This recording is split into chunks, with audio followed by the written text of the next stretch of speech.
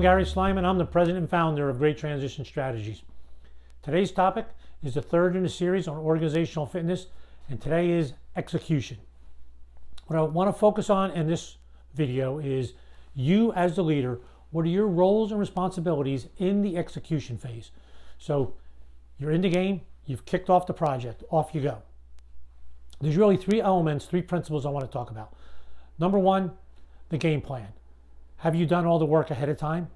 Number two, the duality of your role once the game is started, tactical and strategic. And number three, the strategic vision and in-game changes. How do you do those? Start the game plan. Trust what you've done. If you have done your work as the leader, you have a team who's been put together and laid the foundation. Plan is in place. You're moving forward. The right people have been in there and they've thought through contingencies. So they're going to come to you with contingencies that you've already talked about. So the game plan. Trust the game plan as you kick off. Second principle. In the game, the duality of your role. What do I mean by duality? You have a strategic role. As the leader, you're in charge of the strategy. However, you're going to get dragged into tactical things. What got you to be the leader? Probably some of those things that got you here are probably because you were really good at some of the things that are being executed. And you could solve some problems. You could move that thing along more quickly, move the project along more quickly. Is that in the best interest of your team and your organization? Many times, no.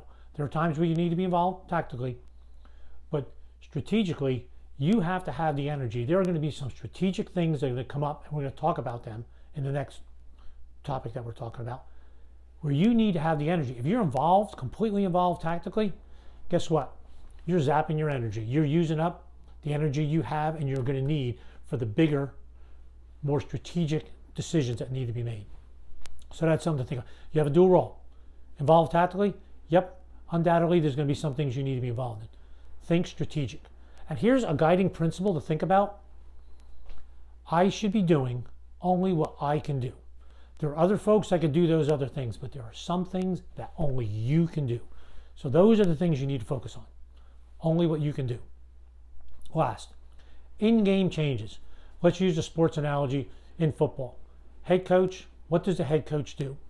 Strategic, talked about the game plan already. Keeps the game on track, manages the game.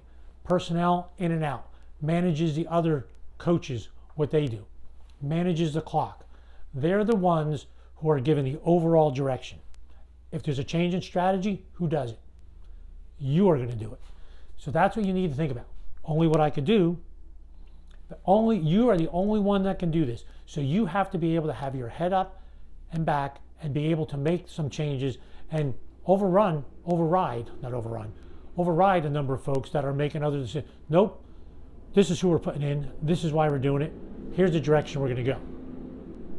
So when you think about these three things, you as a leader in the execution phase, first principle, the game plan. Have you done all the work you need for kicking this thing off? What's the game plan?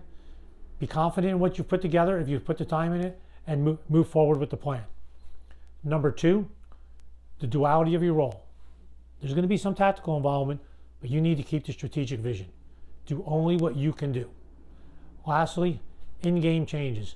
You're the one who has to have their head up, be strategic, and you're the one who manages the overall game. If you need to pivot, it's your call. If you need to change people out, that's your call.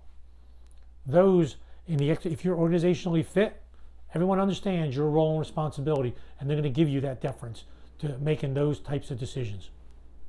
Thanks for listening. Hope you found that helpful. I look forward to an opportunity to work with you and help you execute one of the toughest projects you've ever had. Love an opportunity to work with you.